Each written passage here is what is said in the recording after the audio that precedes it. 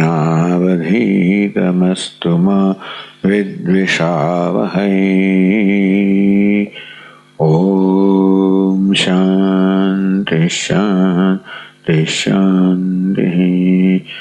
ओम पूर्णमदः पूर्णमिदं पूर्णात् पूर्णमुदच्यते पूर्णस्य पूर्णमादाय पूर्णमेवावशिष्यते। ओम शांति शांति शांति। श्रुतिस्मृतिपुराणानाम् आलयं करुणालयं नमामि भगवत्पादं शङ्करं लोकशङ्करं। शङ्करं शङ्कराचार्यं केशवं बादरायणं सूत्रभाष्यकृतौ वन्दे भगवन्तौ पुनः पुनः। ईश्वरो गुरुरात्मेति मूर्तिभेदविभागिने व्योमवद्व्याप्तदेहाय दक्षिणामूर्तये नमः। कटाक्षकिरणाचान्त कटाक्षकिरणाचान्त नमन्मोहाब्धये नमः नमन्मोहाब्धये नमः। अनन्तानन्दकृष्णाय अनन्तानन्दकृष्णाय जगन्मङ्गलमूर्तये जगन्मङ्गलमूर्तये।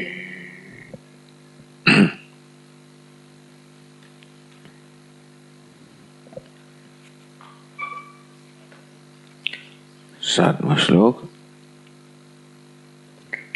नहि भानादृते सत्वं नहि भानादृते सत्वं नरते भानं चितोचितः ते भानं चितोचितः। चित्सम्भेदोऽपि नाध्यासात् ऋते तेनाहमद्वयः ऋते तेनाहमद्वयः।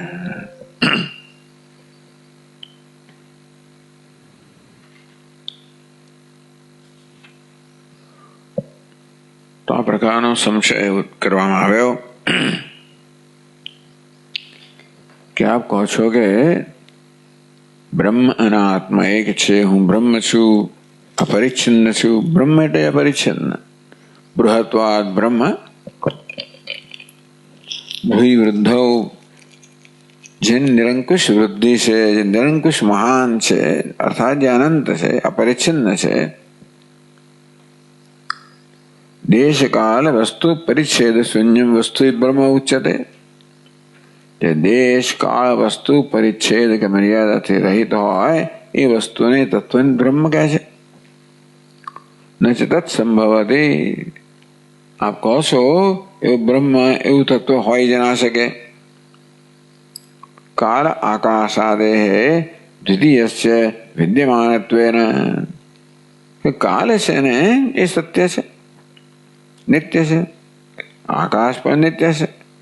हम काल आकाश दिक काल वगैरह आ तत्व जो नित्य से अर्थात स्वतंत्र सत्ता धरावनारा છે, સત્ય છે.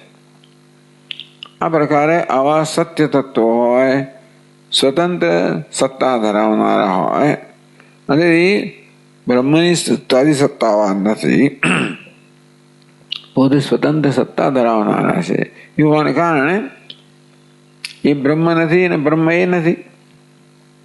એનો વસ્તુ પરિચ્છેદ. ઘટ અને પટ બે જુદી જુદી બધા વસ્તુઓ કહેવાય. ઘટમાં ઘટત્વ છે, પટમાં પટત્વ છે. ઘટત્વ જુદી વસ્તુ છે, પટત્વ જુદી વસ્તુ છે.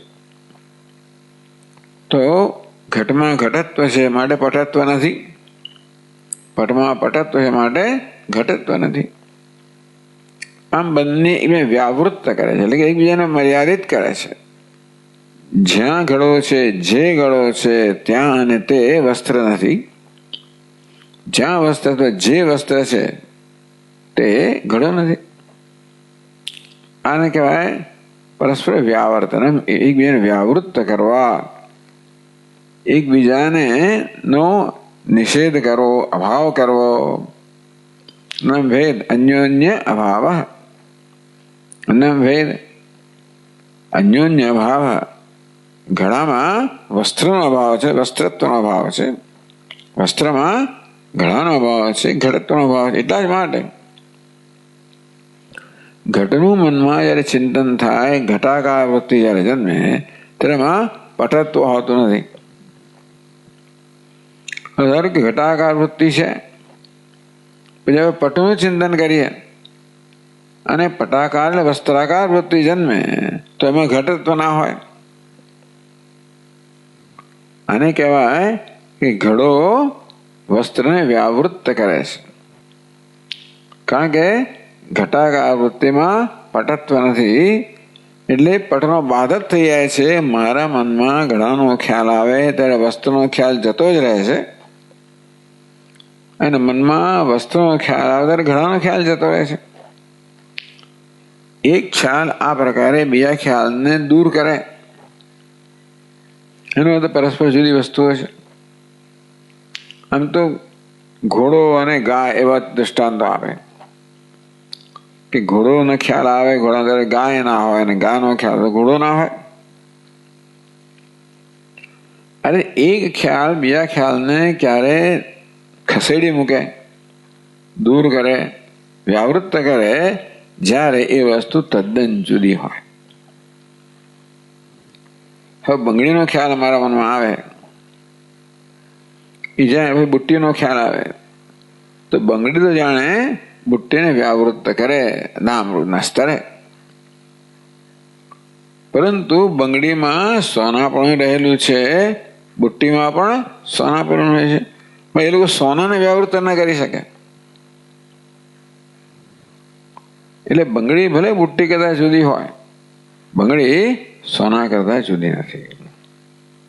એવું કશી વસ્તુ બ્રહ્મ કરતા જુદી ન હોય. ટૂંકમાં વસ્તુ પરિચ્છેદ રાહિત્ય એટલે વસ્તુના પરિચ્છેદનો અભાવ. એનો અર્થ એવો થયો કે કશી વસ્તુનું ચિંતન કરો ત્યારે બ્રહ્મનું ચિંતન હોય જ.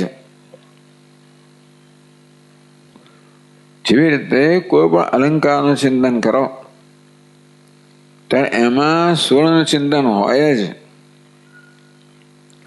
અંતે રીતે એટલા માટે સુવર્ણ અલંકારથી વ્યાવૃત્ત થતું નથી. સુવર્ણ અલંકાર વચ્ચે વસ્તુ પરિચ્છેદ નથી.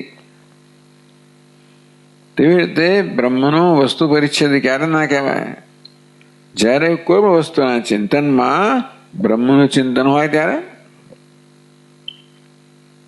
એમ કહે છે કે આકાશ નિત્ય છે, કાળ નિત્ય છે. ચાલો, કેનો વાત એ છે કે જયારે આકાશ મનમાં આકાશની વૃત્તિ આવે ત્યારે એમાં બ્રહ્મપણું હોતું નથી. એ આકાશ બ્રહ્મને વ્યાવૃત્ત કરે, કાળ બ્રહ્મને વ્યાવૃત્ત કરે. માટે બ્રહ્મ આ બધાથી કેવું છે? પરિચ્છિન્ન છે. આ બધી મર્યાદિત છે. બ્રહ્મને હોવાની સ્વતંત્રતા, આકાશ આવે બ્રહ્મ ખસી ગયો ને. તો આ પ્રકારે કાલ આકાશાદેહે દ્વિતીયસ્ય વિદ્યમાનત્વેન બ્રહ્મથી અન્ય કાલ આકાશ વગેરે તત્વો જ્યારે છે ત્યારે વસ્તુ પરિચ્છેદ આપ કેમ કહી શકો કે બ્રહ્મમાં વસ્તુ પરિચ્છેદ નથી? એટલે એમના કહેવા પ્રમાણે કાળના ખ્યાલમાં બ્રહ્મનો ખ્યાલ નથી, આકાશના ખ્યાલમાં બ્રહ્મનો ખ્યાલ નથી. આમ કાળના આકાશ તત્વો છે એ બ્રહ્મને વ્યાવૃત્ત કરે, ખસેડી મૂકે. તેથી બ્રહ્મમાં વસ્તુ પરિચ્છેદનો અભાવ સિદ્ધ થતો નથી. બ્રહ્મ વસ્તુ પરિચ્છેદ વાળું છે. તો આપણે કે એવું કોણે કહ્યું? આકાશાદે બ્રહ્મણી આરોપિતત્વેન મિથ્યાત્વાત. આપણે કહીએ આકાશ કાળ બધા મિથ્યા છે, એટલે કે બ્રહ્મ પર આરોપિત છે. એનો અર્થ શું થયો કે આકાશનું હોવાપણું બ્રહ્મ પર આધારિત છે, કાળનું હોવાપણું બ્રહ્મ પર આધારિત આરોપિત. જેમ સર્પનો રજ્જુ પર આરોપ ન થાય છે કે સર્પનું હવાપણું રજ્જુ પર આધારિત છે. સર્પ રજ્જુને છોડીને ક્યાંય જઈ શકે નહીં, તેનું અસ્તિત્વ જ ના રહે. તેથી સર્પ રજ્જુ સાથે વસ્તુ પરિચ્છેદ ધરાવતું નથી. તેમ આપણે કહીએ કે આકાશ કાળ બધા બ્રહ્મ પર અધ્યારોપિત છે, અને માટે બ્રહ્મથી સ્વતંત્ર નથી. તમે કેમ કહો કે સ્વતંત્ર છે, વસ્તુ પરિચ્છેદ કેવી રીતે છે? તેને તસ્ય ન સદ્વિતીયત્વ વાચ્યમ. ભાઈ કહે છે કે પણ એવું કોણે કહ્યું આકાશ અધ્યારોપિત છે? એવું કહ્યું કોણે? આકાશાદેહે અધ્યસ્તત્વે માન અભાવાત. આકાશ આ બધા તત્વો બ્રહ્મ પર અધ્યારોપિત છે, એમણે કોઈ પ્રમાણ નથી. તો આપણે કહ્યું ગઈકાલે વાત કરીએ, આત્મન આકાશ સંભૂત. આત્મા જે બ્રહ્મ છે એમાંથી આકાશની ઉત્પત્તિ થઈ, એટલે કે આકાશનો અધ્યારોપ થયો. આપણે એવું કહીએ. એવું ક્યાં કે છે? એ તો કહે છે કે આકાશની આત્મામાંથી ઉત્પત્તિ થઈ. આત્માનો પાંચમી વિભક્તિ, એટલે કે આત્મા ઉપાદાન કારણ છે, આકાશ કાર્ય છે. આ વાક્ય છે એ તો કાર્ય કારણ ભાવ સિદ્ધ કરે છે, કે અધ્યારોપ અધિષ્ઠાન ભાવ સિદ્ધ નથી કરતો. એટલે ગઈકાલે વાત કરી તે પ્રકારે અધ્યારોપ અધિષ્ઠાન આ પ્રકારની વસ્તુઓની વાત ક્યાંય ઉપનિષદમાં કરવામાં આવી નથી. ઉપનિષદમાં અદ્વિતીયતાની વાત કરવામાં આવી. તો એટલે શુદ્ધ અર્થાપત્તિ અદ્વિતીય તો જ હોઈ શકે જ્યારે દ્વિતીય ના હોય, તો જ અદ્વિતીય હોય. દ્વિતીયનો અર્થ એ દેશ પરિચ્છેદ, કાલ પરિચ્છેદ, વસ્તુ પરિચ્છેદ કે સજાતે વિજાતે વસ્તુ ભેદ નમ દ્વિતીય. તો દ્વિતીય દ્વિકાળ હોય જ્યારે સજાતે વિજાતે સ્વગત ભેદ ના હોય, ત્યારે અન્યોન્ય ભેદ ના હોય. પણ દેખાય છે ને ત્યારે એનો અર્થ એ કે માત્ર દેખાવો જ હોવો જોઈએ, એ સત્ય ના હોવું જોઈએ. આ તો બધી અર્થાપત્તિ પછી આવ્યો. અદ્વિતીયત્વ એ વાત સુધી ક્યાં છે? એ અદ્વિતીયત્વ ત્યારે જ સત્ય હોય, ત્યારે પ્રમાણભૂત હોય, ત્યારે દ્વિતીયત્વ ભાવ.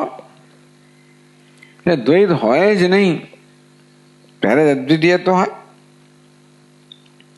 પણ દ્વૈત બધું દેખાય છે ને શું? તો દ્વૈત દેખાય છે છતાંય ના હોય એવું ક્યારે બને? એ માત્ર આભાસ હોય ત્યારે.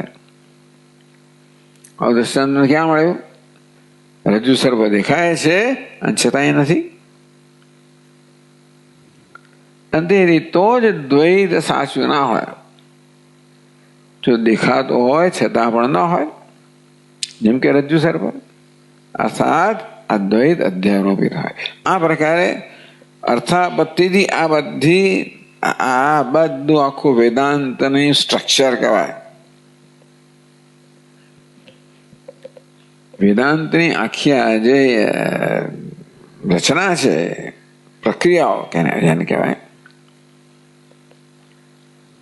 એ બધી અદ્વિતીયત્વ પર ઉભેલી છે. એટલે આખું વેદાંતનું માળખું તૈયાર કરવામાં આવ્યું ના નથી. અર્થાત આ બધા શબ્દોનો પ્રયોગ, આ બધી પ્રક્રિયાઓનો પ્રયોગ તમને ઉપનિષદમાં ન જણાય, પણ નથી એવું નથી. અર્થાપત્તિ પ્રિઝ્યુમ્ડ એવી કલ્પના કરવામાં આ બધું છે. આ બધી કલ્પના કરો તો તમે શ્રુતિના વાક્યોને અર્થસભર બનાવી શકો, સાર્થક બનાવી શકો. એકમેવ દ્વિતીયનું સ્વાર્થે પ્રામાણ્ય ક્યારે હોય? જ્યારે દ્વિતીય ન હોય ત્યારે. પણ દ્વિતીયનો અનુભવ થાય છે ને શું? તો કે એ તો રજ્જુ સર્પનો અનુભવ થાય, સ્વપ્નનો પણ અનુભવ થાય. અનુભવ થાય માટે સત્ય હોય એવો નિયમ નથી. એવા દૃષ્ટાંતો આપ્યા. તેવી રીતે આ જાગ્રત જગત કહો, દ્વૈત કહો, દેશકાળ કહો, અનુભવ થાય છે. પછી અદ્વિતીયત્વ સત્વ હોય તો આ બધા સત્ય ના હોય. કેવા હોય? મિથ્યા હોય. આ બધી મિથ્યાનો ખ્યાલ આવે ને. મિથ્યા કહો, અધ્યારોપ કહો, આ બધા પ્રકારની પ્રક્રિયાઓ છે. આખું માળખું તૈયાર કરવામાં આવ્યું શંકરાચાર્ય મહારાજે ને પછી ધીમે ધીમે ધીમે એમાં બહુ રિફાઇનમેન્ટ થઈ, સૂક્ષ્મતાઓ આવી. બીજા બધા આચાર્યો એમાં ધીમે ધીમે વધારે વધારે સ્પષ્ટતા લાવ્યા. જેમ કે પંચદશીમાં એથી આગળ વધીને પછી તો બહુ બધી સૂક્ષ્મતાઓ આવી. બધા સિદ્ધિ ગ્રંથોમાં ખંડ અને ખંડ ખાદ્ય વગેરે એટલું બધું સૂક્ષ્મ આપણું મગજ કામ ના કરે. તો એટલે પછી આચાર્યોએ આ જે મૂળભૂત પ્રક્રિયાઓ છે ચિંતન કરી કરીને ધીમે ધીમે ધીમે સૂક્ષ્મતા એટલે સ્પષ્ટતા આવે. એટલા માટે કોઈ પ્રકારનો સંશય ના રહે. એટલે આપણને એમ કે તમારા લોકોનો કે ધંધો જ નથી, આ એવું નથી. ઉપનિષદ કહે છે માનો છો કે સમજ્યા છો, પણ આ ન સમજીએ તો સમજાય કહેવાય નહીં. જો મિથ્યા તો ન સમજીએ તો આપણે અદ્વિતીય તો સમજી ના શકીએ. અને અધ્યારોપ ન સમજીએ તો મિથ્યા તો ના સમજી શકીએ. એટલે ભલે શ્રુતિમાં એમ કહેવામાં આવ્યું કે આત્મામાંથી આકાશનો ઉદ્ભવ થયો, વાત સાચી છે. એટલે આટલું કહે છે કે આકાશ હોય વાયુ, અગ્નિ, જળ, પૃથ્વી વગેરે. એટલે ત્યાં શું સમજવાનું? આકાશ નામનું નવું તત્વ સર્જાયું, જેવું નૈયાયિકો કે, જે લોકો અસત્કાર્યવાદી છે એમ કહે કે આકાશ જે આત્મામાં વિદ્યમાન હતું જ નહીં એવું આકાશ સર્જાયું. એટલે નવું આકાશ સર્જાયું. એટલે કે આકાશ કેવું છે? સ્વતંત્ર સત્તા ધરાવનારું છે. એમને માટે કાર્ય સ્વતંત્ર સત્તા ધરાવે છે, એવું એમનું કહેવું છે. આ બધી પ્રક્રિયાઓ જ છે. એ ક્યાંથી આવી? દ્વૈતને સત્યતા આપવાથી. આપણો અનુભવ છે કે હું જુદો છું, તમે જુદા છો. આત્મા તો અનેક છે ને, સુખી દુઃખી છે. આ જગત સુખ દુઃખનું સાધન છે. એટલે મિથ્યા કહેવાથી સુખ દુઃખ નથી થતું વગેરે વગેરે. ટૂંકમાં આ જે અનુભવો થાય છે ને એ અનુભવોને સત્યતા આપવા દ્વારા આવી પ્રક્રિયાઓ રચાય. નૈયાયિકો એમની પ્રક્રિયાઓ રચી, સાંખ્ય એમની પ્રક્રિયા રચી, વૈશેષિક. આમ દરેક આ બધા તત્વચિંતકો છે ને એ આપણા જીવનને સમજાવવાનો પ્રયત્ન કરે છે. એનું નામ જ તત્વજ્ઞાન, એનું નામ જ આ પ્રક્રિયાઓ, નામ દર્શન માનો ને, જે આપણા જીવનને સમજાવે. વેદાંત કે કોઈ દર્શન જીવનને સમજાવી શકે એમ નથી. કારણ કે આ સત્ય હોય તો કોઈ જાય જ નહીં. પછી પાછા એમ કે આ બધાને જાણવાથી તમને મોક્ષ મળે. શું જાણવાથી? દ્વૈતને જાણવાથી મોક્ષ ક્યાંથી મળવાનો હતો? એટલે જે પ્રકારની કલ્પના એ લોકો કરે છે એમના પોતાના જ આ રીતના આ પોતાની જ પ્રક્રિયાઓથી, માળખાથી પોતે જ ખોટા ઠરે છે. અંતેથી તો જ તમને મુક્તિ મળે. જ્યારે મુક્તિ એ વિદ્યમાન વસ્તુ હોય, એ પેલા કે જ્ઞાનથી મુક્તિ, કશું મુક્તિ ઉત્પન્ન થાય તો એ મુક્તિ જ ના કહેવાય. ખરી મુક્તિ ક્યારે હોય? નિત્ય હોય તો. એટલે મળ્યા પછી જતી ના રહે તો જ મુક્તિ કહેવાય ને. જતી ના રહે તો આવી પણ ના હોવી જોઈએ, અત્યારે હોવી જ જોઈએ. નિત્ય મુક્ત જ હોવો જોઈએ આત્મા. તો બંધન તો ભ્રમ હોવો જોઈએ. તો આ પ્રકારે આ બધી ભ્રમ, અવિવેક, મોહ એટલે વિક્ષેપ, આવરણ અને વિક્ષેપ, આ બધી પ્રક્રિયા એવી રીતે આવી. પછી એમાં ઝઘડો ભલે કરો તમે કે આવરણ છે નથી, વિક્ષેપ છે ને ફલાણું છે, એટલે પછી બધા લોકો બીજા લોકો એના વિશે ઘણી બધી ચર્ચાઓ કરી, મારા વચકા પાડ્યા કે ના આચાર્ય બસ સમજ્યા નહીં, પેલું આ નથી સમજ્યા. મૂળભૂત તો અદ્વિતીયત્વ સમજવાનું છે, નિત્ય મુક્ત છે એ સમજવાનું છે. અને તેથી કશું થતું નથી ને થવાનું નથી. ન નિરોધો ન ચોત્પત્તિ ન બધ્ધો ન સાધક. ન નિરોધો ન ચોત્પત્તિ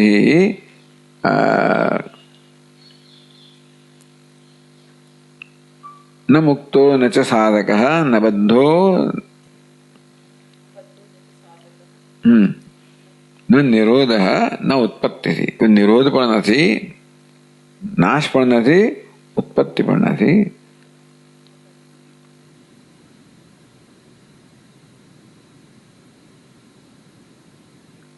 ન મુક્તો ન ચ સાધક, મુક્ત પણ નથી. ન બધ્ધો ન ચ વૈ મુક્ત, બધ્ધો પણ નથી, બદ્ધ પણ નથી, મુક્ત પણ નથી, કશું નથી. બંધન નથી, મુક્તિ એ નથી. કેમ? બંધન હોય તો મુક્તિ હોય ને. ઉત્પત્તિ ક્યારે હોય? વિનાશ હોય ત્યારે. ઇત્યેષા પરમાર્થતા. એટલે આ કશું છે નહીં. આ દેખાય છે તો એ નથી. અર્થાત દેખાય છે એક સ્તરે છે, બીજા સ્તરે નથી. ગંધર્વને કે દેખાય છે પણ નથી. આ દ્રષ્ટાંત આપેલા છે.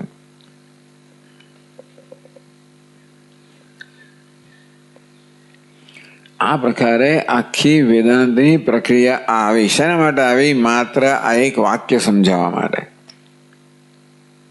એકમેવા દ્વિતીય તત્વમસી.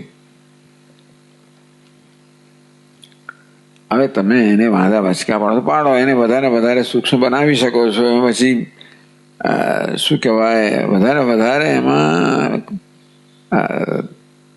કાંતી શકો છો, જેને કહેવાય હેર સ્પ્લિટિંગ કરી શકો.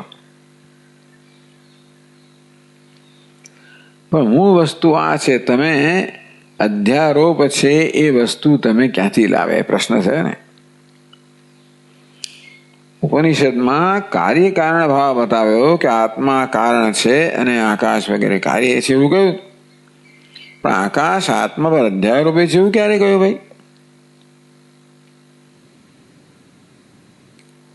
એટલે તો જ અદ્વિતીયત્વ સિદ્ધિ ત્યારે થાય જ્યારે આ બધી વસ્તુઓ મિથ્યા હોય. દ્વૈત મિથ્યા હોય તો જ અદ્વિતીયત્વની સિદ્ધિ થાય. મિથ્યાનો શું અર્થ થયો? અધ્યારોપ હોય ત્યારે. એટલે કે શું? માત્ર આભાસ હોય, વાસ્તવિકતા ન હોય. જેમ કે સ્વપ્ન છે એ શું છે?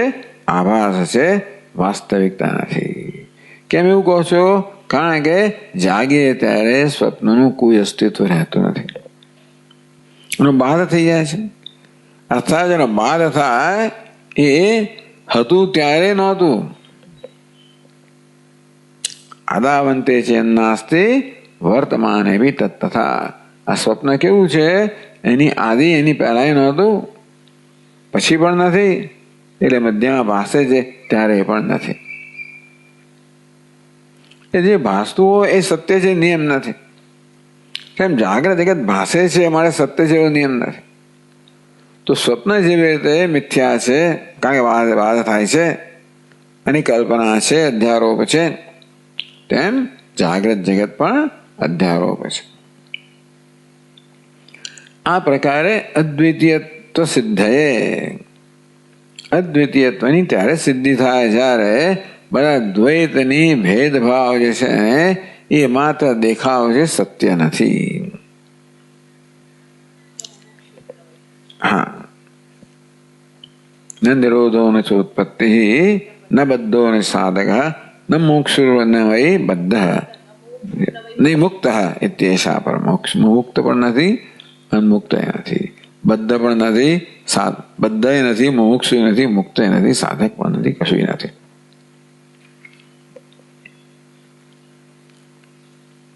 એને કેવી રીતે સમજાવે છે કે આ આકાશ વગેરે છે એ બધા અધ્યારોપ છે?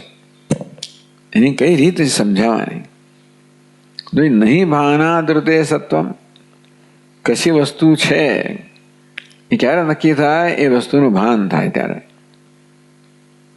ન ઋતે ભાનમ ચિત અચિત ચિત ઋતે ન ભાનમ. કોઈ જેનું ભાન થાય જે વસ્તુ અચિત છે, અને અચિત કે અચેતનનું કે જળનું ત્યારે જ ભાન થાય જ્યારે એ ચિત્તથી પ્રકાશિત હોય. પ્રશ્ન એ થયો કે પ્રકાશ આ વસ્તુને પ્રકાશિત કરે ત્યારે આ ઘડાનું ભાન થાય. એટલે પ્રકાશનો ઘડા સાથે સંબંધ થાય કે સન્નિકર્ષ થાય તો ઘડાનું ભાન થાય. આ કયા પ્રકારનો સંબંધ છે? કોઈક રીતે પ્રકાશનો જો સંબંધ નથી થતો તો ઘડાનું ભાન થતું નથી. સંબંધ થાય છે તો ભાન થાય છે. તેવી રીતે ચેતનનો પદાર્થ સાથે સંબંધ ના થાય તો એનું ભાન થતું નથી. સંબંધ થાય તો ભાન થાય. હવે કયા પ્રકારનો આ ઘડો અને ચૈતન્ય ઘડાને પ્રકાશિત કરે તો ઘડા અને ચૈતન્ય વચ્ચે સન્નિકર્ષ કયા પ્રકારનો સંબંધ છે ભાઈ? પ્રશ્ન છે. એ કહે છે અધ્યાસનો જ સંબંધ છે, બીજો કોઈ સંબંધ નથી. એટલે કે આ ઘડો ચૈતન્ય પર અધ્યારોપિત હોય એ પ્રકારનો સંબંધ છે ત્યારે ઘડો પ્રકાશિત થાય.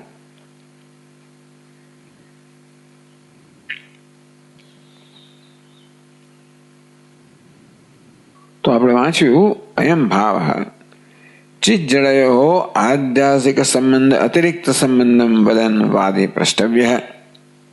ચાલો આપણે નવો સંબંધ કાઢ્યો છે જેથી કોઈ બીજાને પરિચય જ નથી. એટલે બીજા લોકો બીજાને ખબર જ નથી આ વસ્તુની. જે આપણી સાથે વાદી છે ને, જે લોકો બહુ બધું ખૂબ બધું વિશ્લેષણ કરનારા છે, અને આ 4 પ્રકારના સંબંધ બે વસ્તુ વચ્ચે હોઈ શકે.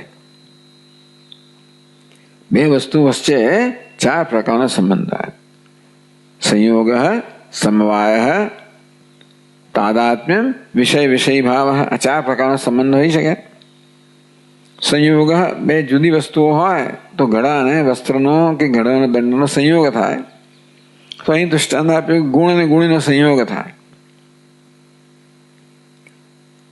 પણ તમે ઘડા અને વસ્તુનું દૃષ્ટાંત આપી શક્યા હોત. તાદાત્મ્ય ને સંબંધ સંયોગ સમવાય. એ લોકો એમ કે માટી અને ઘડા વચ્ચેનો સંબંધ કે બે જુદા તત્વો માને છે. એમને માટે ઘડો જે માટીમાં વિદ્યમાન ન હતો એ ઘડાનું સર્જન થયું. એટલે ઘડો માટી કરતા સ્વતંત્ર છે. તો બે સ્વતંત્રનો સંયોગ કેવો કંઈક તો સંબંધ હોવો છે ને, એનો સમવાય સંબંધ. તાદાત્મ્ય અગ્નિ અને લોખંડનો બે જુદા તત્વો છે, કેવો સંબંધ? એક દેખાય છે ને, કેવો છે? તાદાત્મ્ય સંબંધ.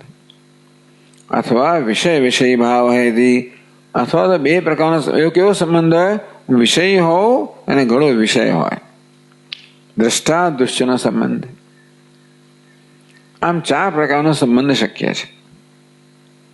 આ 4 એકેય પ્રકારનો સંબંધ જો ચિત્ત અને અચિત વચ્ચે ના હોય, જે પ્રકાશિત થાય છે અચિત છે, પ્રકાશિત કરનાર અચિત છે, તો ચિત્ત અને અચિત વચ્ચે આમાં 4નો એકેય સંબંધ ના હોય તો પછી અધ્યારોપિત સંબંધ રહ્યો.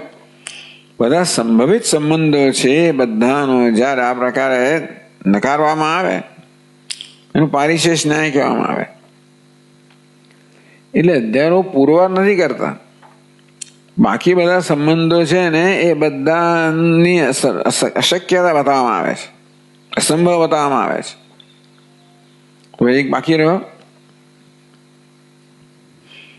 તો ભાઈ કેમ તમે કહો છો કે ભાઈ આ સંયોગ નથી? તો સંયોગનું દૃષ્ટાંત છે ગુણ ગુણી સંયોગ.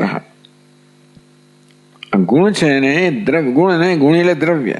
આ ગુણ દ્રવ્યનો સંયોગ છે એમ કે લોકો. દ્રવ્ય શું છે? ગુણ અને ક્રિયાનો આશ્રય છે.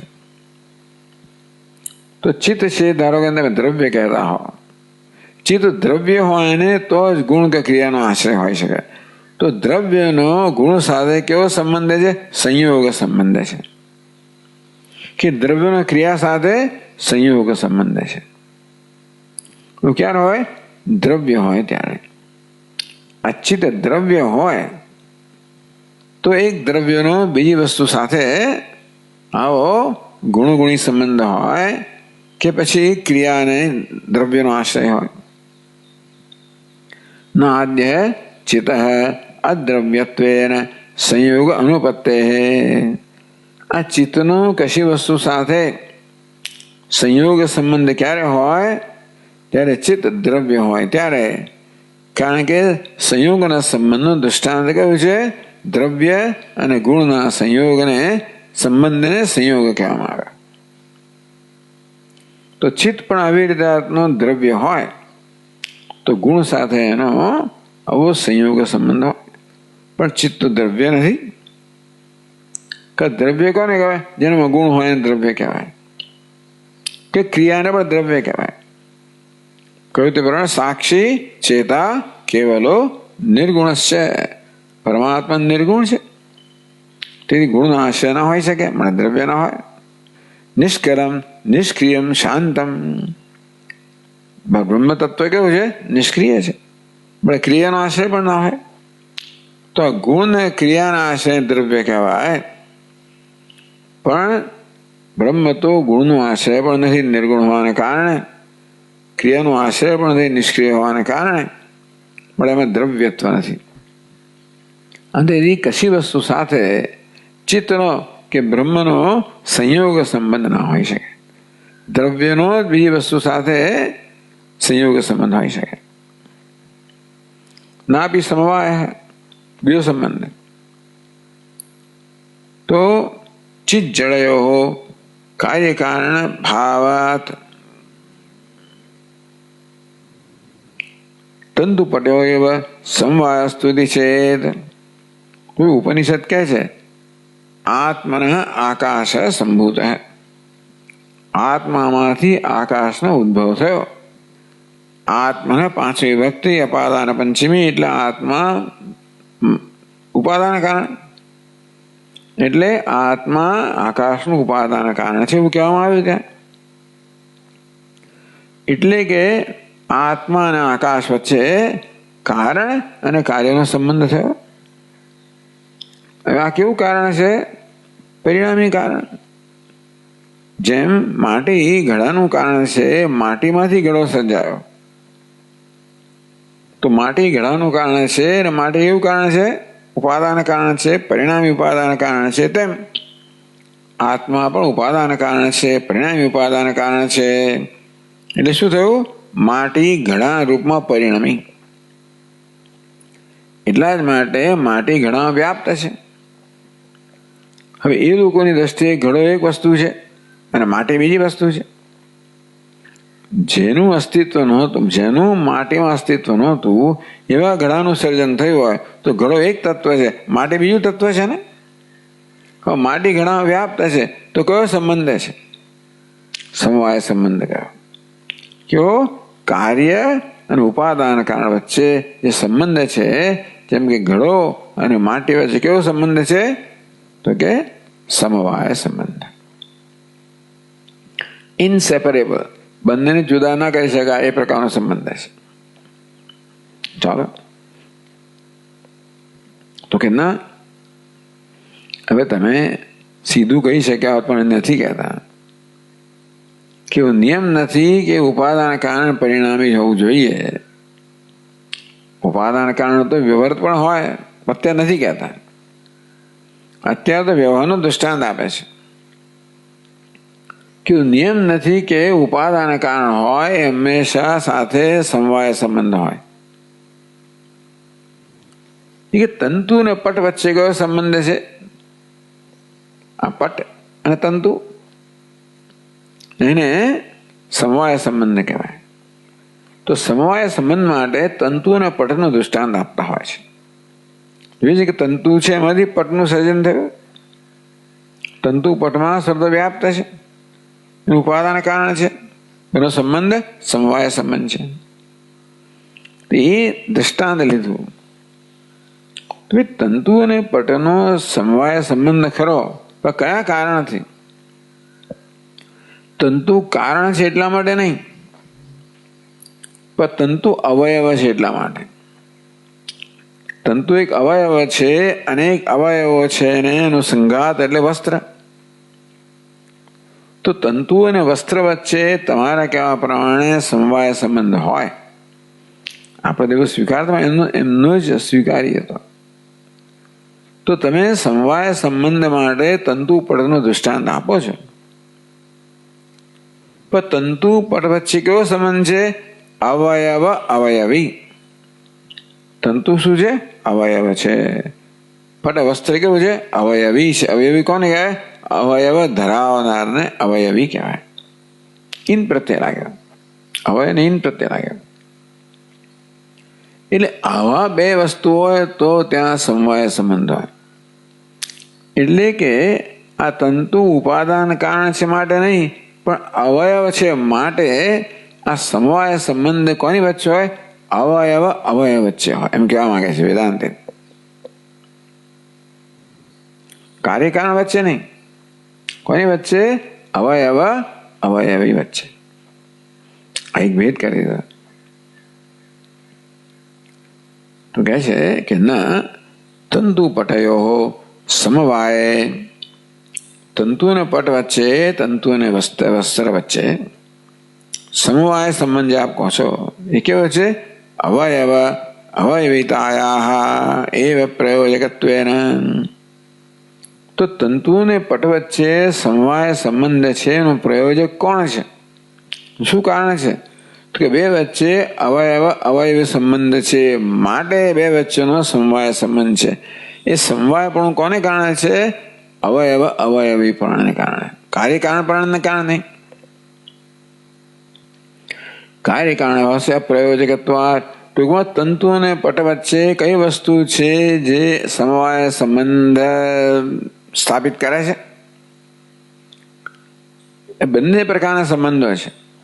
તમે કહી શકો તંતુ છે પટનું ઉપાદાન કારણ છે, પણ આપણે શું કહીએ છીએ?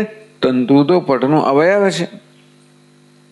પેલા એમ કે ઉપાદાન કારણ છે ને એ સમવાય સંબંધ સ્થાપિત કરવાનું કારણ છે. આપણે શું કહીએ છીએ? અવયવ અવયવી ભાવ એ માટેનું કારણ છે, કાર્યકારણ ભાવ નહીં. કાર્યકારણ ભાવ છે અપ્રયોજકત્વાત. ટૂંકમાં તંતુ અને પટ વચ્ચે જે સમવાય સંબંધ છે એ કોને પ્રયુક્ત થયો? કોને કારણે થયો?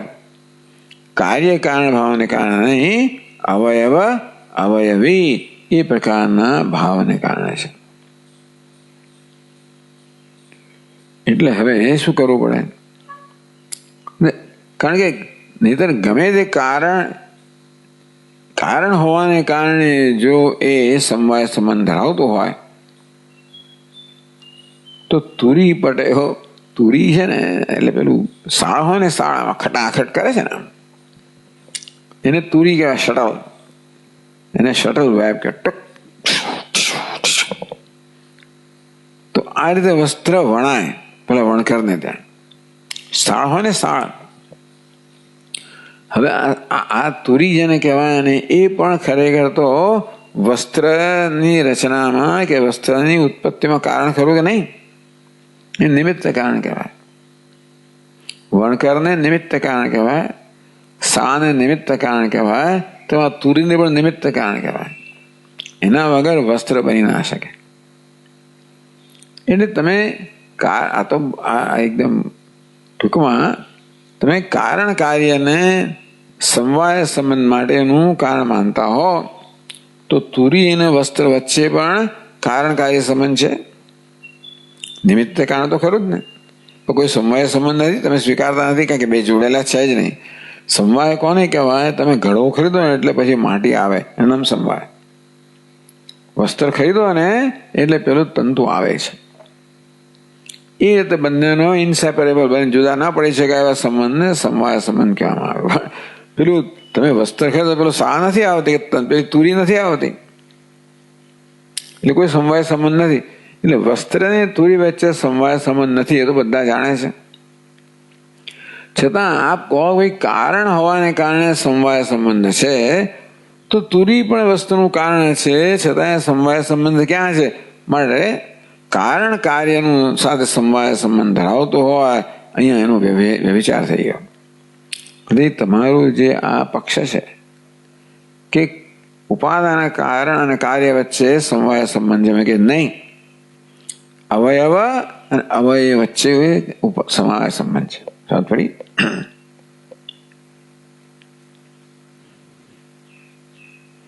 તો હવે આ ચિત્ત અને અચિત વચ્ચે અવયવ સંબંધ છે નહીં. ચિત્ત કેવું છે? પ્રકાશક છે, દ્રષ્ટા છે. આપણે એ કહ્યું ને, નહીં ભાના ધૃતે સત્વમ નરતે ભાનમ ચિતોચિત અચિત ભાનમ ચિતમ ઋતે ચિત ઋતે ન. તો ચિત્ત શું છે? અચિતને પ્રકાશિત કરનાર છે. ચિત્ત કેવું છે? દ્રષ્ટા છે, પ્રકાશક છે, અવભાષક છે. અચિત કેવું છે? દૃશ્ય છે, પ્રકાશ્ય છે. તો તે અવયવ અવિભાવ હોય જ ના શકે ને. આ દ્રષ્ટા દૃશ્ય વચ્ચે અવયવ અવિભાવ હોય જ ના શકે. અને એ સમવાય સંબંધ ના હોઈ શકે. સમવાય સંબંધ તો એવા બે તત્વો વચ્ચે હોય જે અવયવ અવયવી સંબંધ ધરાવનારા હોય, જેમ કે તંતુ અને વસ્ત્ર.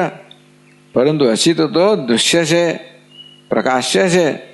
ચિત્ત કેવો છે? દ્રષ્ટા છે, પ્રકાશક છે.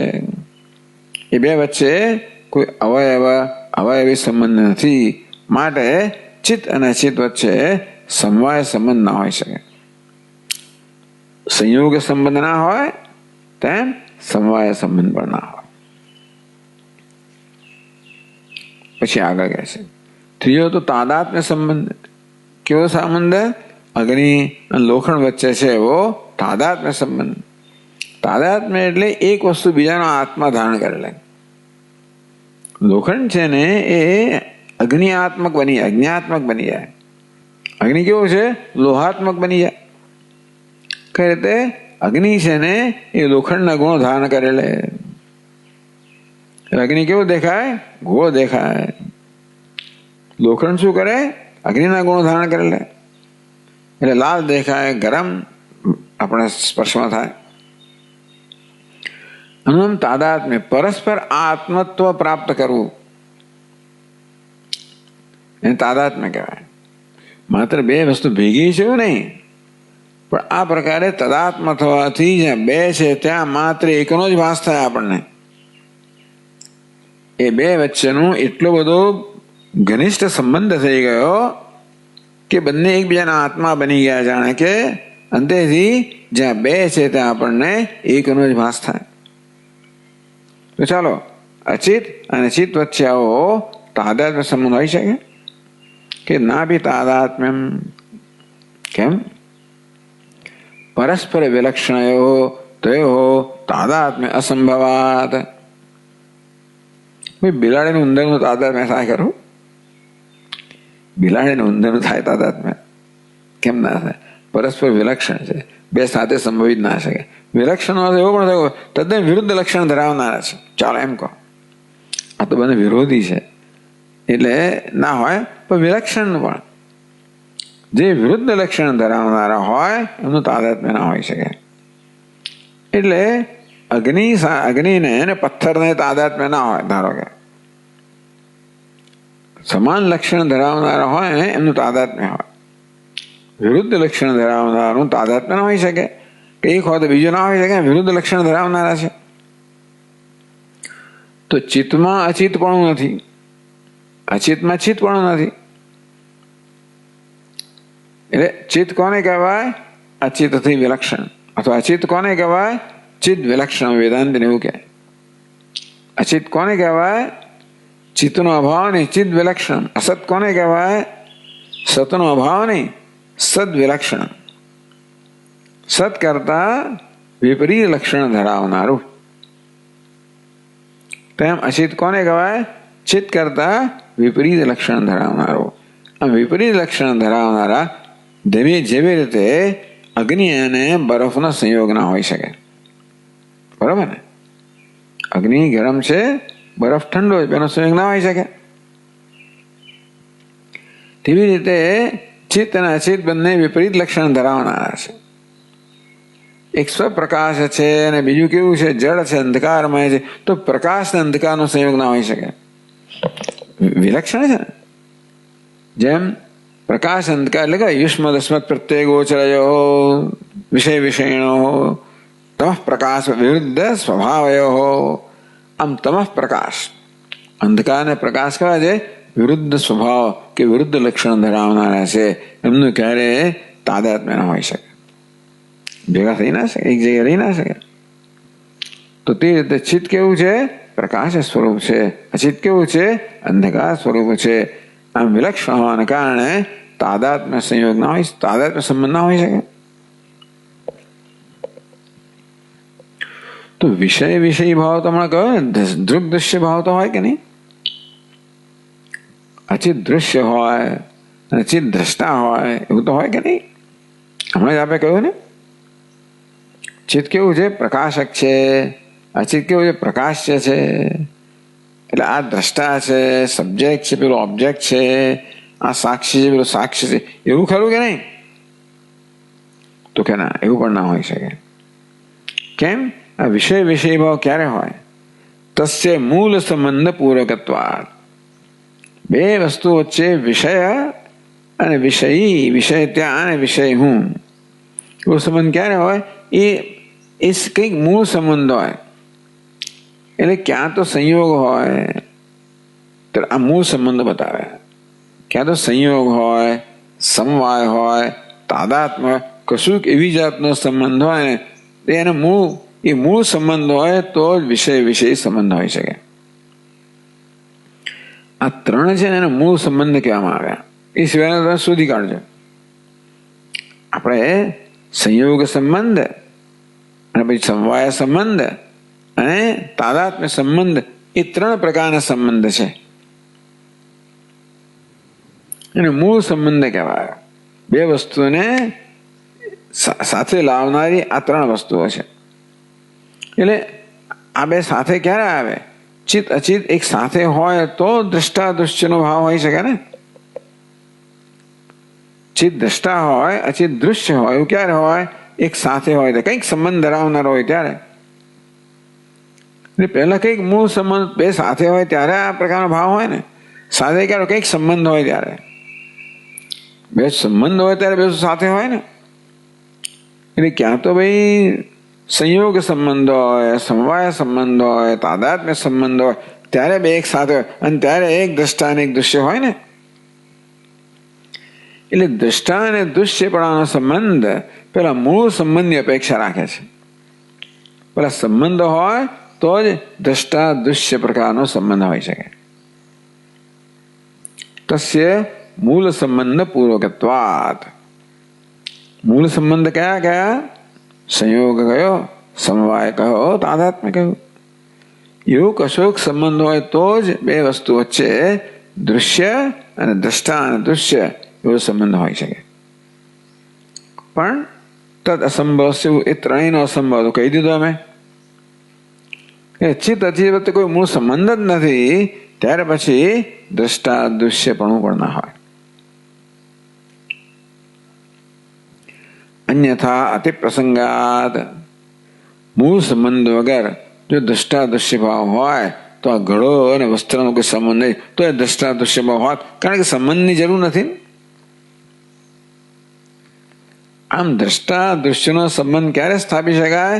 એની પહેલા કોઈક બીજો મૂળ સંબંધ હોય, કંઈક સંયોગ હોય, સમવાય કશુંક હોય તો એક જગ્યા હોય ને બે. પણ એવો કોઈ સંબંધ છે જ નહીં. આ બે એક જગ્યાએ છે જ નહીં. દ્રષ્ટા દૃશ્ય એક જગ્યાએ જ નથી. વેદાંતિને કે કેમ નથી? એક તો પારમાર્થિક સત્તા ધરાવે છે, બીજું વ્યાવહારિક સત્તા ધરાવે છે, એક અધિષ્ઠાન છે. કેવું છે? અધ્યરો. એક જગ્યાએ નથી. રજ્જુ સર્પ એક સ્થળે નથી. ભલે આપણને એક જગ્યાએ દેખાતા હોય, એમ આપણે કહીએ કે જ્યાં રજ્જુ છે ત્યાં સર્પ છે, બધું બરાબર છે. ખરેખર એ બે એક સ્થળે નથી, કારણ કે બંનેની સત્તા જુદા પ્રકારની છે ને.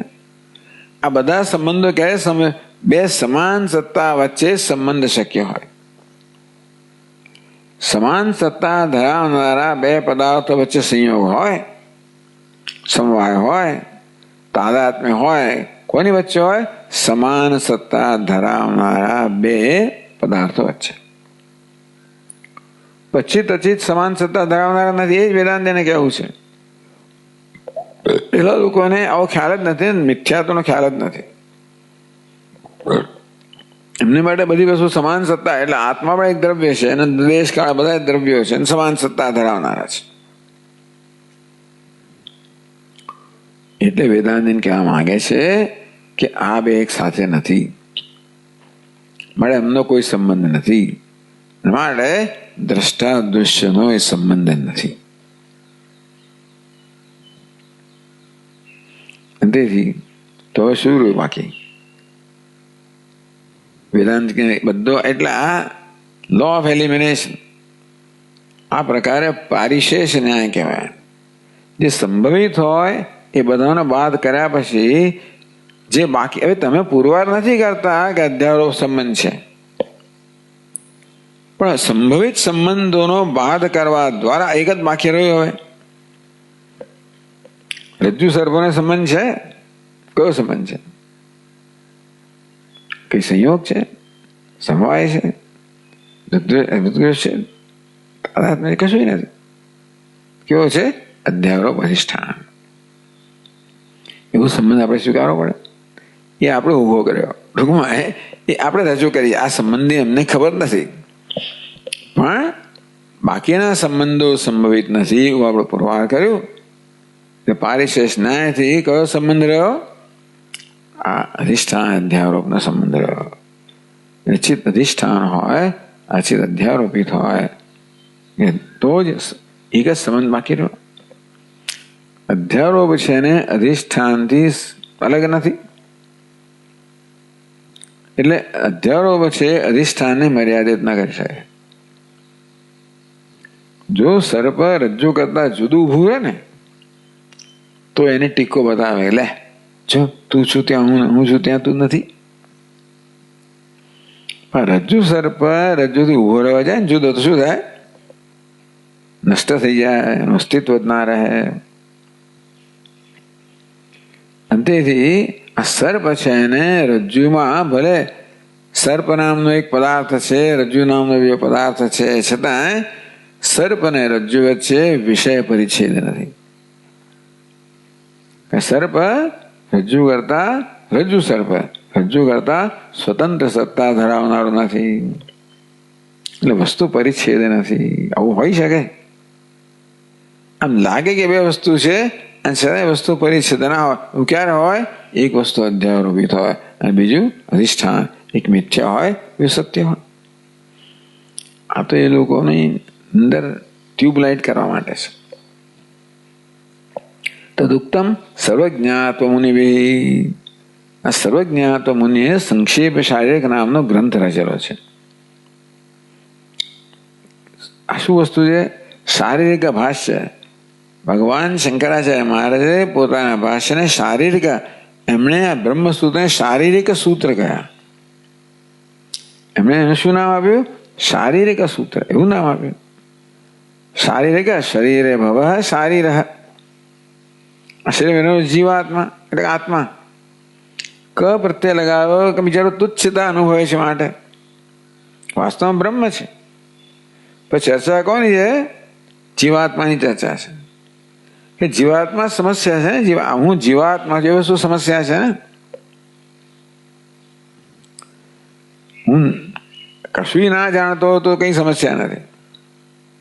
મારાથી સભાન હોવું જોઈએ તો હું નિદ્રામાં કોઈ સમસ્યા નથી, પણ મારાથી સભાન છું.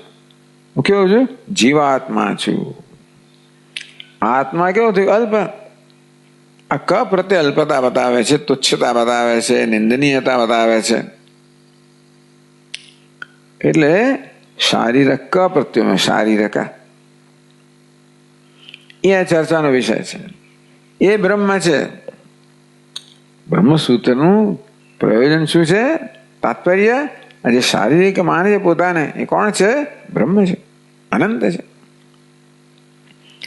એટલે આને શારીરિક સૂત્ર કહેવામાં આવ્યા અને પોતાના ભાષ્યને શારીરિક ભાષ્ય કહેવામાં આવ્યું. એમાંથી સંક્ષેપ શારીરિક એ ભાષ્યને જ વર્ણન કરવામાં આવ્યું. હવે એ તો એ જ જાણે, આ બધું અંદર ભાષ્યમાં છે એ તો એ જ જાણે. ટૂંકમાં ભાષ્યમાં આ બધી વસ્તુ સમાવેલી છે, આ પ્રક્રિયાઓ એ બધી તો સર્વજ્ઞાત્મા મુનિએ પ્રગટ કરી. ભાષ્યકારમાં બધી પ્રક્રિયાઓ લખતા નથી.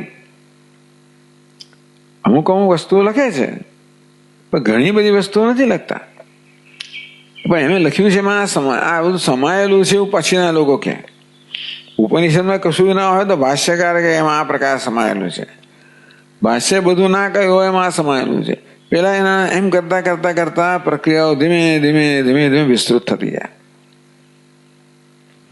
એટલે ભાષ્યકાર શું સમજાવે છે, એમાં કઈ પ્રક્રિયાઓ રહેલી છે, એ સર્વજ્ઞાતો મુનિ છે એ સંક્ષેપ શારીરકમાં કહે છે. એ ભાષ્ય કદાચ અઘરું હશે મને સમજવું. તો કહે આટલું સમજાય એટલે હવે ન શંકરો ના પેચ સંયુત ના સંયુત તો ન ચાસ્તી તદ્વત સમવાય. અનુચ્છંદ જુદો છે. ન શંકરો ના પેચ સંયુતે તયો ન ચાસ્તી તદ્વત સમવાય સંભવ અતો ચિચ્ચૈત્ય સમન્વયમ પ્રતીયતે કાચન મૂલ સંગતિ. આવું છંદ છે. એમાં રચ્યું છે આખું. ન શંકર તો ચિત્ત અને ચિત્ત તો શંકર નથી. જો ત્યાં પાદનોદ મારી પુસ્તકમાં આપ્યું છે कि समवाय संबंध उन्हीं में होता है जिनमें गुण गुणी कार्य कारण अथवा अंश अंशी भाव हो, એને સમવાય સંબંધ શક્ય બને.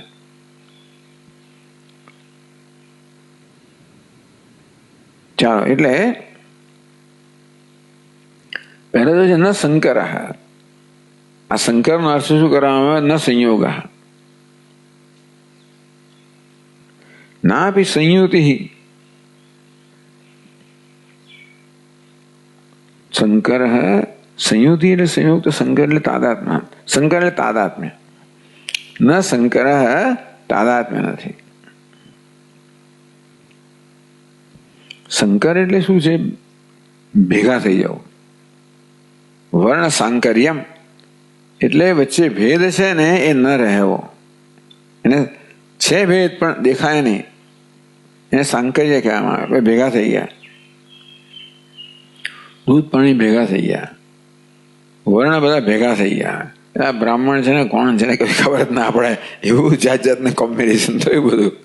એટલે પછી ખબર જ ના પડે કે આમાં બ્રાહ્મણ પણ છે ને પછી ક્ષત્રિય પણ છે ને વૈશ્ય પણ છે ને એટલી જાતિ થઈ કે પછી એ લોકોએ ઘણા બધા નામ આપ્યા કે બ્રાહ્મણ પતિ, ક્ષત્રિય પત્ની, બ્રાહ્મણ ફલાણો, એટલે પતિયાર પત્નીયાર, એટલે કેટલા કોમ્બિનેશન થાય, પરમ્યુટેશન, કેટલી બધી સેંકડો જાતિ થઈ ગઈ એમ કરતા કરતા. એટલે તમે ખબર ના પડે બ્રાહ્મણ છે કે ના ભાઈ પિતા બ્રાહ્મણ, માતા તો વૈશ્ય છે, તો વૈશ્ય તો કે ના કે માતા વૈશ્ય પિતા તો બ્રાહ્મણ. એટલે સાંકર્ય થઈ ગયું. કેવું થઈ ગયું? એડ મિક્સચર, બંને ભેગા થઈ ગયા. તેમ આ લોખંડ છે તો કે એમાં તો અગ્નિ છે, અગ્નિ તો કે લોખંડ અગ્નિ ભેગા થઈ ગયા. બે ભેગા થઈ એક, એટલે એને સાંકર્ય એટલે તાદાત્મ્ય નહીં. અહીંયા સાંકર્ય કહો, કોઈ તાદાત્મ્ય સંબંધ નથી. ના ભાઈ સંયુતિ, સંયુતિ કહો કે સંયોગ કહો. જો જ ધાતુમાં જ તેની પ્રત્યે લગાવવામાં તો સંયુતિ થાય, નહીં તો યોગ સંયોગ કે બે વચ્ચે સંયોગ સંબંધ પણ નથી. ન ચાસ્તિ તત્ સમવાય સંભવ, બે વચ્ચે સમવાય સંબંધ પણ નથી. કારણ કે બે વચ્ચે ગુણગુણી ભાવ નથી, કાર્ય કારણ સંબંધ નથી, અંશંશી ભાવ નથી વગેરે.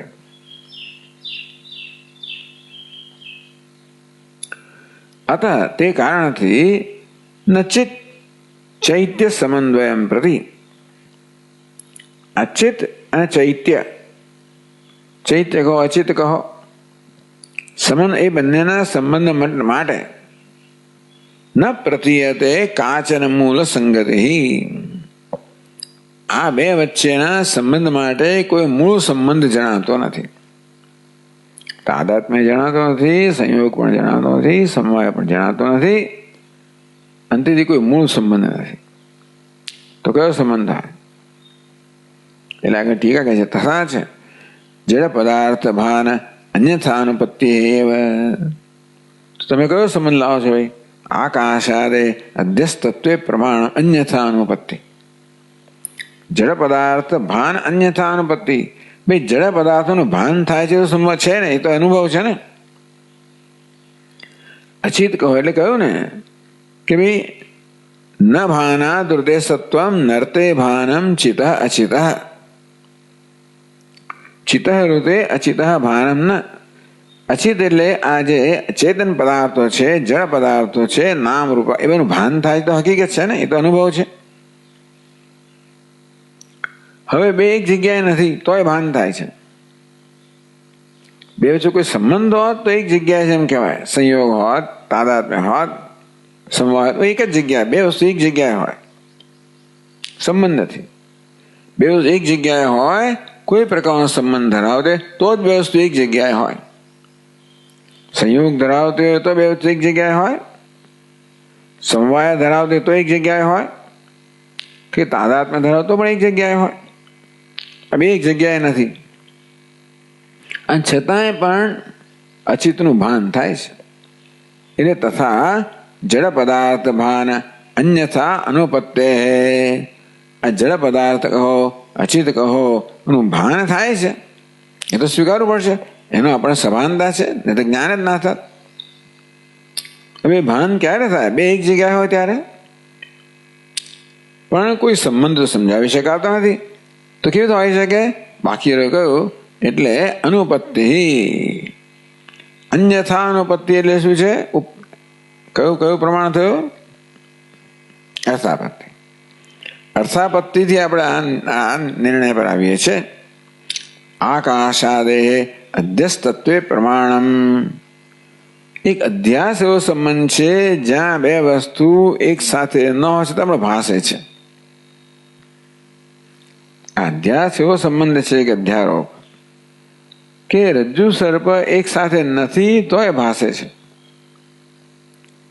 તેમ અચિત છે જે અચિત છે જ્યાં નથી તોય બે એક સાથે ભાસતા હોય, એવું ત્યારે હોય જ્યારે ચોથી વસ્તુ હોય. કયો? જ્યારે અધ્યસ્ત હોય, અધ્યારોપિત હોય. આમ અર્થાપત્તિ છે ને, અન્યથા અનુપત્તિ, એને અહીંયા અધ્યારોપ માટે પ્રમાણ કહેવામાં આવે. તદપી તહિ ઉક્તમ. આ વસ્તુ પણ એમણે જ કહેલી છે. તતો વ્યન્મુખ્યમદો જગજ્જડમ ચિદાત્મનો શૈવ વિવર્તયિષ્યતામ અનાદ્ય વિદ્યા પ્રસંવૃતાત્મન તદોપલભ્યત્વમુષ્ય કલ્પ્યતે ઇતિ. તતઃ એ કારણથી. શું કારણ છે? કોઈ મૂળ સંબંધ નથી.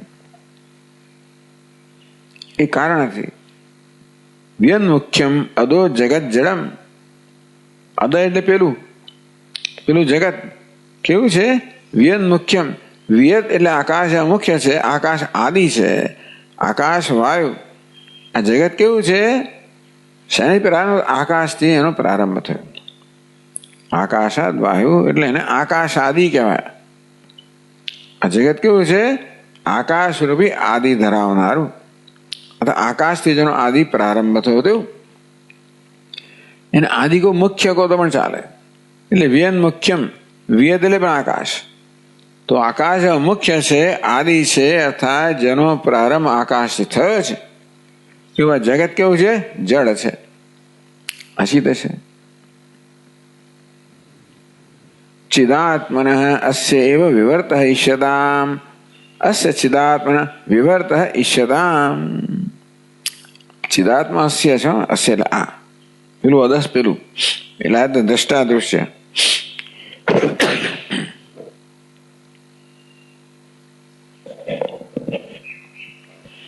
જાહેરમાં થાય એટલે લોકોને ચિંતા થાય, આ તો કઈ નથી.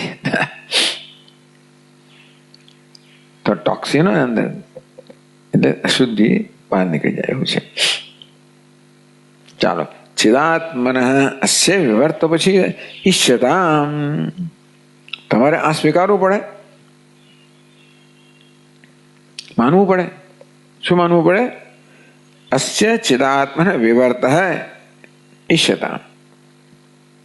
આ ચિદાત્મા, ચિદાત્મા આ છે એટલે શું છે? અપરોક્ષ છે. પેલું કેવું છે? ત્યાં છે, પરોક્ષ છે, પ્રત્યક્ષ છે, દૂર છે. આ કેવું છે? આત્મ સ્વરૂપ છે. વિવર્ત એટલે ઉપાદાન કારણ ખરું, પણ કેવું? વિવર્ત ઉપાદાન કારણ એટલે કે અધ્યારોપ. આમ આ નવા પ્રકારની સર્જનની પ્રક્રિયા વેદાંતે બતાવી કે ભાઈ હંમેશા નિયમ નથી કે ઉપાદાન કારણ પરિણામી જ હોય. માટી વગેરે ખરું કે તંતુ વગેરે ખરું, પરંતુ એ નિયમ નથી કે ઉપાદાન કારણ હંમેશા પરિણામી હોય. એટલે વિવર્ત ઉપાદાન કારણ, આપણે રજ્જુને સર્પનું ઉપાદાન કારણ કહીએ છીએ. રજ્જુ પોતાના સ્વરૂપનો ત્યાગ કર્યા વગર સર્પ બની જાય છે અથવા સર્પરૂપે ભાસે છે.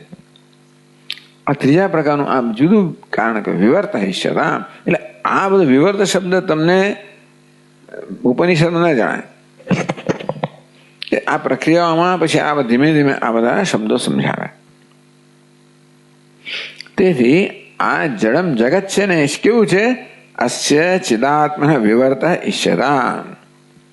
આ જળ કહે છે જગત છે એ આ ચિદાત્માનો વિવર્ત છે, એના પર અધ્યાયરૂપિત છે એવો સ્વીકાર કરવો પડે.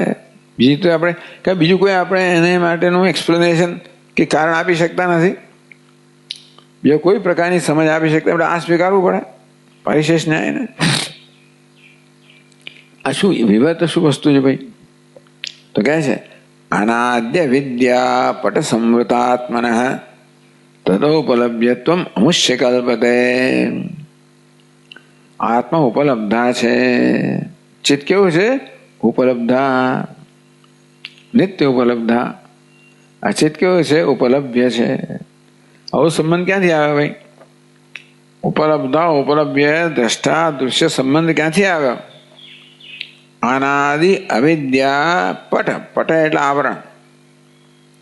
અનાદિ અવિદ્યાના આવરણે સંવૃતત્વાત, સંવૃત આત્મના. અનાદિ અવિદ્યારૂપી આવરણથી જે આવૃત થયો છે એવો આત્મા, ચિદાત્મા. આત્મન તદ ઉપલભ્યત્વમ, કે આ આત્મા એને પ્રકાશિત કરે છે, એનું જ્ઞાન પ્રાપ્ત કરે છે. આત્મા ઉપલબ્ધા છે, વિષય છે. આ વિષય છે, ઉપલબ્ધ છે. એ કેવી રીતે? માત્ર અધ્યારોપથી જ. અધિષ્ઠાનને આ પ્રકાર આપણે ઉપલબ્ધા કહી શકીએ, અધ્યારોપને ઉપલબ્ધ કહી શકીએ. અનાદિ અવિદ્યા પટ કયો આત્મા ઉપલબ્ધા છે? અનાદિ અવિદ્યાના આવરણથી આવૃત થયેલો આત્મા તો દ્રષ્ટા બની શકે. દ્રષ્ટા કોણ છે? ચિત્ત દ્રષ્ટા નથી, પણ અનાદિ અવિદ્યાથી આવૃત થયેલી ચિત્ત છે. એ પછી વિક્ષેપ થાય અને પોતામાં દ્રષ્ટાપણાનો આરોપ કરે. એ રીતે બંનેનો સંબંધ થયો. કયો? દ્રષ્ટા દૃશ્યનો. જોડે સંબંધ થાય છે. કયો? દ્રષ્ટા દૃશ્યનો. પણ ચિત્ત અચિતનો નહીં, પણ અવિદ્યાપટ સંવૃત ચિત્ત કે આત્મના. એ ચિત્ત કહો, આત્મા કહો, એ અવિદ્યારૂપી આવરણથી ઢંકાઈ જાય. એને કહે વિક્ષેપ એટલે અધ્યારોપ જન્મ, અધ્યાસ જન્મે, અંદરથી પોતે દ્રષ્ટા છે એવો ખ્યાલ જન્મે, ત્યારે આ જગત છે એ દૃશ્ય બને. એટલે દ્રષ્ટા દૃશ્યના સંબંધ વગર ઉપલબ્ધિ ના થઈ શકે. દ્રષ્ટા દૃશ્યના સંબંધ વગર ઉપલબ્ધિ ના થાય. એટલે પહેલા કહ્યું ને કે આ દ્રષ્ટા સંબંધ સ્વીકારવો પડશે ને, તો કે નહીં સ્વીકારીએ, કે મૂળ સંબંધ નથી. ત્યારે તમે કેવી રીતે દ્રષ્ટા, તો જ્ઞાન થાય છે કેવી રીતે? આ જગતના પદાર્થો બધા દૃશ્ય છે. આપણને એનું ભાન થાય તો પહેલા જ કહ્યું ભાઈ, ઋતે ભાનમ અચિત. અચિતનું ભાન ચિત્ત વગર ના થાય તો તમે સ્વીકારો જ છો ને. ચિત્તને અચિતનું ભાન થાય છે તમે સ્વીકાર્યું, તો એ દ્રષ્ટાની પાસે તમે કહો છો, તો કેવી રીતે ત્યારે ભાન થાય? આ ચિત્ત છે એ અવિદ્યારૂપી આવરણથી આવૃત થઈ જાય. એમ કરીને પોતાના પર આ ઉપાધિનો અધ્યારોપ કરે. એમ કરીને દ્રષ્ટાપણું જે વાસ્તવમાં બુદ્ધિમાં કે મનમાં છે એ પોતાનામાં છે માને. અને તેથી આ દ્રષ્ટાપણાનો અધ્યારોપ જ્યારે ચિત્ત પર થાય ત્યારે અચિત થઈ દૃશ્ય બને. એ રીતે બંને વચ્ચે દ્રષ્ટા દૃશ્યનો સંબંધ સ્થાપિત થાય. કેવી રીતે? અધ્યારોપથી. સંયોગથી નહીં, સમવાયથી નહીં, તાદાત્મ્યથી નહીં. સંબંધ થાય છે ખરો બે વચ્ચે, પણ પેલો મૂળ કોઈ સંબંધ નહીં. કેમ? કયો છે સંબંધ? અધ્યારોપનો સંબંધ. કેમ? મૂળ બંનેની સમાન સત્તા નથી. માટે જો બંનેની સમાન સત્તા હોત, કહો કે મૂળ સંબંધ હોય હોત, નથી. એટલે અચિત પર આ રીતે અધ્યારોપ થયો દ્રષ્ટાપણાનો, એમ કરીને પોતે અચિતની સ્તર પર આવી ગયો. અને ત્યાર પછી આ દ્રષ્ટા દૃશ્યનો સંબંધ થયો. એ પ્રકારે ભાન થયું. એટલે કહ્યું કે સમૃત આત્મના તદા ઉપલભ્યત્વમ અમુષ્ય કલ્પતે. અમુષ્ય ઉપલભ્યત્વમ કલ્પ્યતે. અમુષ્ય આત્મના, આ પ્રકારે આત્મા જ્યારે અવિદ્યારૂપી આવરણથી આવૃત થયો હોય અને અધ્યારોપનો વિષય બન્યો હોય અને એ જ પોતાની દ્રષ્ટા માનતો હોય, ત્યારે અમુષ્ય આત્મા, આ આત્માનો ઉપલભ્યત્વમ તદ અમુષ્ય નહીં, આ અમુષ્ય જગતનું જે ઉપલભ્યત્વમ, આ જગત ઉપલબ્ધ થાય, જગત વિષય બને જ્યારે આત્મા કરે અવિદ્યાથી દ્રષ્ટા બને, ઉપલબ્ધા બને.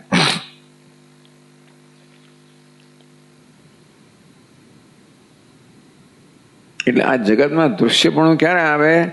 આત્મા દ્રષ્ટાપણું જ્યારે ધારણ કરે ત્યારે. આત્મા દ્રષ્ટાપણું ક્યારે ધારણ કરે? પોતાના સ્વરૂપથી નહીં, ચિત્તમાં તો એવું કંઈ છે જ નહીં. એટલે કંઈક અધ્યારોપ કરવામાં આવે. આમ પેલા આત્મા પર અધ્યારોપ થયો દ્રષ્ટાપણાનો, ત્યારે દૃશ્ય બને અને એ રીતે દૃશ્યને પ્રકાશિત કરે.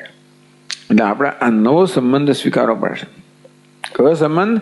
અધ્યારોપનો સંબંધ. એ સિવાય આપણે આપણા જીવનને સમજાવી શકીએ જ નહીં. એટલે કહ્યું કે તેથી જગત કેવું છે? અધ્યારોપિત છે. પણ કેવું છે? મિથ્યા છે. એટલે છેલ્લે વાક્યમાં કહે છે, રહી ગયું એક વાક્ય પાછળ, હજી ઘણું છે.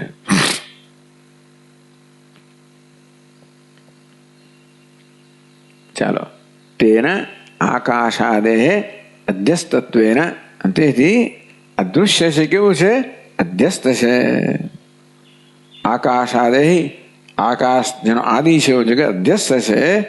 આમ પ્રત્યેક અભિન્ન પરમાત્મા, તેથી પેલું અધ્યસ્ત હોવાને કારણે હું જે પ્રત્યેક અભિન્ન છું, પ્રત્યેક આત્મા છું, તો પરમાત્મા અદ્વય છું, અદ્વિતીય છું, એવું સિદ્ધ થયું. આપણે કાલે પૂરું કરશું. ઓમ પૂર્ણમદ પૂર્ણમિદમ પૂર્ણાત પૂર્ણમુદચ્યતે પૂર્ણસ્ય પૂર્ણમાદાય પૂર્ણમેવાવશિષ્યતે. ઓમ શાંતિ શાંતિ શાંતિ. શંકરં શંકરાચાર્યં કેશવં બાદરાયણં સૂત્રભાષ્યકૃતૌ વંદે ભગવन्तौ પુનઃ પુનઃ.